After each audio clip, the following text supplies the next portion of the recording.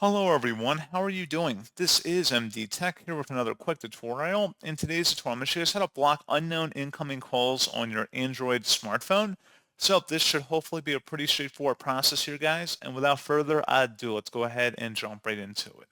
So all you have to do is swipe up on your home screen and select the phone app on this page. And then you want to select the three-dotted icon on the top right and go down and select the settings button. Underneath General, select the Blocked Numbers tile. Where it says Unknown, block calls from unidentified callers. If you want to block them, just click inside that oval one time and toggle to the right, and now you won't receive calls or texts from blocked numbers. So pretty straightforward process on that, guys. And as always, thank you for watching. I do hope that I was able to help you out, and I do look forward to catching you all in the next tutorial. Goodbye.